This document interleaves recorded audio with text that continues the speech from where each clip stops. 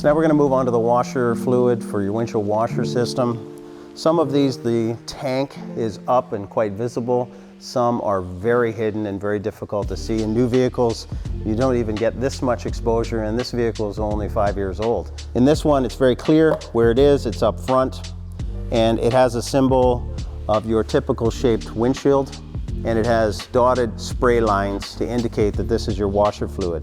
Again, you need to be careful. It is about 8 inches in this case from your antifreeze level. You don't want to put antifreeze in here because antifreeze is greasy and windshield washer fluid is not. It's watery. You don't want greasy liquid going up onto your windshield while you're driving. So we're going to grab our washer fluid and we're going to top that up.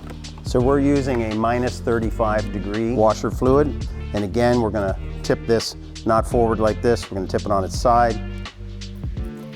And this reservoir, we can top up right to the top. There's no expansion on this at all. It is just a holding tank.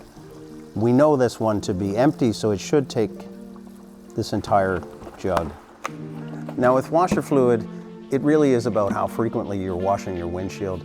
Most of the new vehicles have a warning on the dash light that will pop up and say washer fluid level low. If you have an older vehicle, you need to be paying attention to how frequently you're using it and spraying it.